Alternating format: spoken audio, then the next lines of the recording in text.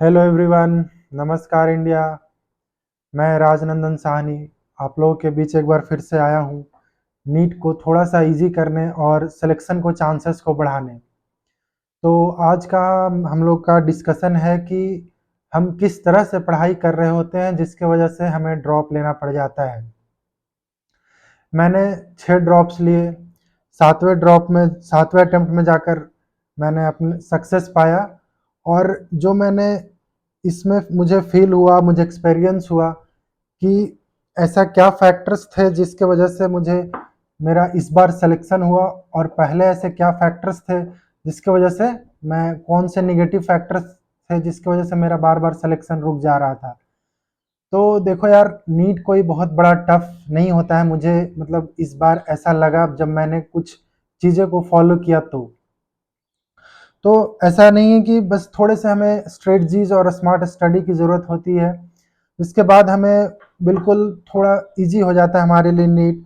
जैसे मैं इस वीडियो में कुछ 5-6 ऐसे की पॉइंट्स बताऊंगा जिसे हम अगर फॉलो करते हैं अपने पूरे पढ़ाई के दौरान, तो उसके वजह से हमारा मतलब एक एज एस्पायरेंट्स जिसके वजह से हम सिलेक्शन के काफ़ी करीब पहुंच जाते हैं। तो मैं वो 5-6 की पॉइंट्स मैं यहाँ पे रख रहा हूँ आप लोगों के बीच, जो कि बहुत ही इंपॉर्टेंट है। तो चलिए, लेट्स गेट इनटू इट। तो जो की पॉइंट्स मैं यहाँ पे डिस्कस कर रहा हूँ 5-6, मैं एक एक करके डिस्कस कर रहा हूँ। तो पहला की पॉइंट्स है कि सीरियसनेस। हम अपने कैरियर को लेके, अपने गोल को लेके सीरियस ही नहीं होते हैं, हम फोकस्ड ही नहीं होते हैं। मतलब सीरियसनेस कैसे होता है, मतलब क्या किसे कहते हैं सीरियसनेस? तो ये होता है कि हमें बस ये चाहिए तो चाहिए, और हम उसके पीछे पूरे साल जब तक वो हमें ना मिले हम उसके पीछे भाग रहे होते हैं। जैसे अक्सर रिलेशनशिप में वर्ड यूज किया जाता है कि this relationship is not working because you are not serious, ऐसे करके लोग बोलते हैं। तो वहां पे ये मतलब होता है, उसका मतलब यही भी होता है कि इफर्ट्स नहीं लगा रहे होते हैं। तो हम मतलब सीरियसनेस कहने का मतलब है कि हम उसके पीछे, उस गोल के पीछे कितना अपना इफर्ट्स लगा पा रहे हैं। तो ये होता है सीरियसनेस। फिर अगला बात हम करते हैं कंसिस्टेंसी, या फिर आप कह लो इसे रेगुलरिटी।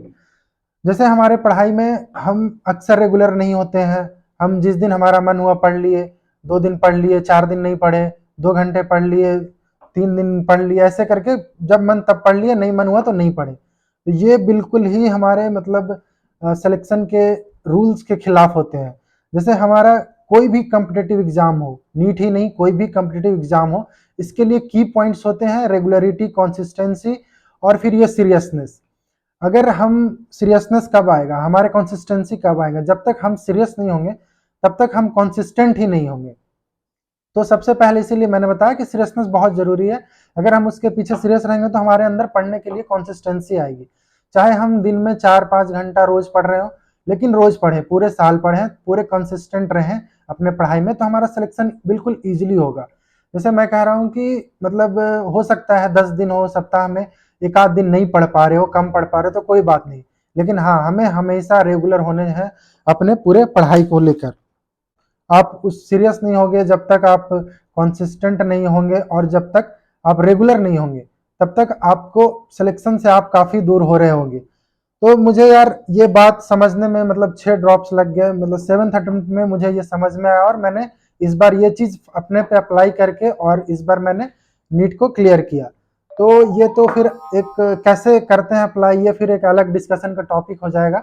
वो मैं बाद में, आप लोग बोलोगे तो मैं उस पर भी एक वीडियो बना दूंगा, और मैं बता दूंगा कि कैसे आप इन सब चीज़ों को अपने लाइफ में, अपने पूरे साल, पूरे एग्जाम के टाइम तक कैसे उसे फॉलो करें। आते हैं अगला बात जो है, की पॉइंट है जो टारगेट। एक टारगेट सेट होना चाहिए। हमारा ऐसे कोई टारगेट नहीं होता है, हम सीरियस ही नहीं होते हैं। पहला बात तो हमारा कोई रूटीन, जैसे मेरा केस में ये था कि मेरा कोई रूटीन ही नहीं था। इस इस अटेम्प्ट से पहले मेरे कोई रूटीन नहीं था, जब मन हुआ पढ़ लिया, नहीं पढ़े, ये दिक्कत हो रही थी। लेकिन ये सबसे ज्यादा जरूरत है कि एक टारगेट भी आप सेट कर ले कि हमें क्या पढ़ना है, कितना देर तक पढ़ना है, कितने 24 घंटे में कितने टाइम हमें पढ़ने पे देना है। ये हमारा एक टारगेट सेट होना चाहिए। हमारा चैप्टर्स कब खत्म करना है, एक या दिन या 2 दिन, एक टाइम लिमिट सेट कर लें। सिलेबस के लिए टाइम लिमिट सेट कर लें कि हमें ये चीज इतने दिन में सिलेबस खत्म करना है। ये सब टारगेट, और उस पर काम करें, उस पर फोकस्ड रहें। ये हो गया। फिर अब बात करते हैं कि जैसे सेल्फ एनालिसिस, अगला जो हमारा की पॉइंट है सेल्फ एनालिसिस। हमें खुद को time to time self analyse करते रहना चाहिए कि हम अभी इस पूरे रेस में कहाँ पे खड़े हैं, हमें कहाँ तक जाना है, हमारा गोल, हमारा टारगेट क्या है, और उस टारगेट के पहुंचने के बीच में हमारे अंदर कौन कौन सी चीजें लैग कर रही है। ये सब आप अगर जब तक आप अपने आप को सेल्फ एनालाइज नहीं करोगे तब तक आपको पता नहीं चलेगा। जैसे फिजिक्स, केमिस्ट्री, बायो में कौन सा पोर्शन हमारा वीक है, किस पे ज्यादा हमें ध्यान देना है, कौन सा चीज को ज्यादा टाइम देना है पढ़ने में, ये सब चीज एक सेल्फ एनालिसिस करेंगे तभी हमें पता चलेगा। तो मैंने इस बार ये सब चीज बहुत अच्छे तरीके से किया, अपने आप को सेल्फ एनालाइज किया कि मैं कहाँ पे कमजोर पड़ जा रहा हूँ, मेरे कौन से पोर्शन वीक है, मैं कहाँ पे लैग कर जा रहा हूँ। तो ये सब चीज सेल्फ एनालिसिस के बाद ही आता है। फिर आते हैं टाइम मैनेजमेंट। ये भी एक बहुत बड़ा फैक्टर है कि हम अपने पूरे साल में, जैसे हम फिजिक्स, केमिस्ट्री, बायो का टेस्ट देते हैं तो हम एक टाइम मैनेजमेंट सेट करते हैं कि हमें इतना देर लगना चाहिए, हमें बायो इतने देर में खत्म करना है। उसी तरह से हमें नीट तक की पूरे साल की स्टडी के जर्नी में हमारा एक टाइम सेट होना चाहिए, और उसको मैनेज करने के लिए भी हमें एक अलग से स्ट्रेटजी बनाना चाहिए कि हम कितने दिन में कैसे क्या पढ़ें, ताकि लास्ट में, जैसे कि जब हमारा टाइम, जब एग्जाम, क्या होता है कि हम अभी, हमें लगता है कि बहुत ही टाइम है हमारे पास, बहुत काफी टाइम है, और फिर जब लास्ट में एग्जाम के महीने, 1.5 महीना बचते हैं तो हम उस वक्त फिर भागने लगते हैं, ज्यादा ज्यादा पढ़ने की कोशिश करते हैं, और हमारा फिर उस वक्त दिमाग पूरा अनस्टेबल हो जाता है और लगता है कि हमने तो पढ़ा ही नहीं। तो उसको अभी से मैनेज करते चले टाइम को, और अभी से पढ़ते चले रेगुलर, जिसके वजह से हमारा लास्ट में टाइम बचे, हम क्वेश्चन प्रैक्टिस का टाइम बचा पाए। ये सब टाइम मैनेजमेंट के बाद ही हमें ये हमें करने को मिलेगा कि हम लास्ट में टाइम क्वेश्चन प्रैक्टिस पे ज्यादा दे पाएंगे। तो फिर आते हैं सबसे जो लास्ट है, लेकिन मतलब लिस्ट तो नहीं है, कि हेल्थ, हमारा हेल्थ, मतलब एक तरह से ये बहुत इंपॉर्टेंट फैक्टर होता है। जैसे कि हम हमारे पढ़ाई में, मैंने फील किया है कि मैं नॉर्मल नहीं पढ़ता हूँ तो मैं बहुत अच्छे से कम खाए पिए भी अच्छे से मैं, मतलब नॉर्मल बिना थके हुए मैं दिन भर रह लेता हूँ। लेकिन मैं जिस दिन पढ़ाई करता हूँ, मैं जिस दिन पढ़ाई करता था, मुझे उस दिन बहुत ही वीकनेस फील होती थी, या फिर मैं अगर उसके लिए बहुत ज़्यादा जरूरत है कि हम अपने हेल्थ पे ध्यान दें। ये तो हो गया, फिजिकल हेल्थ हो गया, मेंटल हेल्थ भी बहुत ज़्यादा जरूरी होता है उस वक्त एग्जाम के दौरान, कि हमारा मेंटली हम कितने स्ट्रांग है, और फिर खाने पीने को लेकर भी हम उस पर कितना ध्यान दे रहे हैं। कि जैसे हो सकता है कि आप हेल्थ की बात कर लो, आप खाने पीने की, कि आप कैसे मतलब आप एक ड्राई फ्रूट्स तो जरूर, मतलब मैं अपना बता रहा हूँ कि मैं जिस दिन ड्राई फ्रूट्स नहीं खाता था और 10 घंटे 12 घंटे पढ़ाई करता था तो बहुत ही वीकनेस और बहुत ही वो थकान सी महसूस होती थी। लेकिन मैं हर तरीके का ड्राई फ्रूट्स रेगुलर, मुझे अच्छे नहीं लगते हैं खाने, लेकिन मैंने फिर भी बस इस वजह से खाया कि नहीं, मुझे इसके वजह से एनर्जी मिलता है और मैं पढ़ाई में बिल्कुल थकान महसूस नहीं होता। तो ये था फिजिकल हेल्थ, मतलब मेंटेन करने का तरीका, कि हम फ्रूट्स पे ध्यान दें और जंक फूड्स पे तो बिल्कुल भी ध्यान ना दें। फिर हमारा मेंटल हेल्थ भी सही होना चाहिए कि हम उस वक्त अपने पढ़ाई के दौरान कोई बाहर चीज या फिर किसी और जो हमारा दिमाग को, स्टेबिलिटी को खराब कर रहा है, उस पर हम ध्यान ना दें। तो ये इन सब चीज है, जो ये 5-6 बेसिक्स से की पॉइंट्स थे मेरे नज़र में, जिसकी वजह से मैंने अपने आज तक के, अभी तक मेरा दिक्कत हो रहा था और मैं सेलेक्ट नहीं हो पा रहा था। लेकिन इस बार मैंने इन सब चीज़ों में फोकस किया और मेरा इस बार अच्छे मार्क्स आए।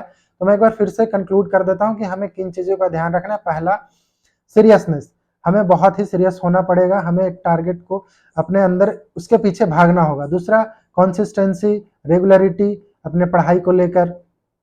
फिर तीसरा हो गया टारगेट, एक टारगेट सेट होना चाहिए, वो चाहे टारगेट लॉन्ग बेसिस पे हो, शॉर्ट बेसिस पे हो, 2 दिन का टारगेट हो या फिर 2 महीने का टारगेट हो, हमें टारगेट सेट करना है। फिर हमारा आता है उसके बाद सेल्फ एनालिसिस, हमें टाइम टू टाइम हमेशा सेल्फ एनालिसिस करना है अपने लिए, हम कहाँ पे हैं अपने रेस में। फिर उसके बाद टाइम मैनेजमेंट, हमें टाइम भी मैनेज करना है कि पूरे सिलेबस जिससे कवर हो जाए, हमारा क्वेश्चन प्रैक्टिस का टाइम मिल जाए, ये हो गया।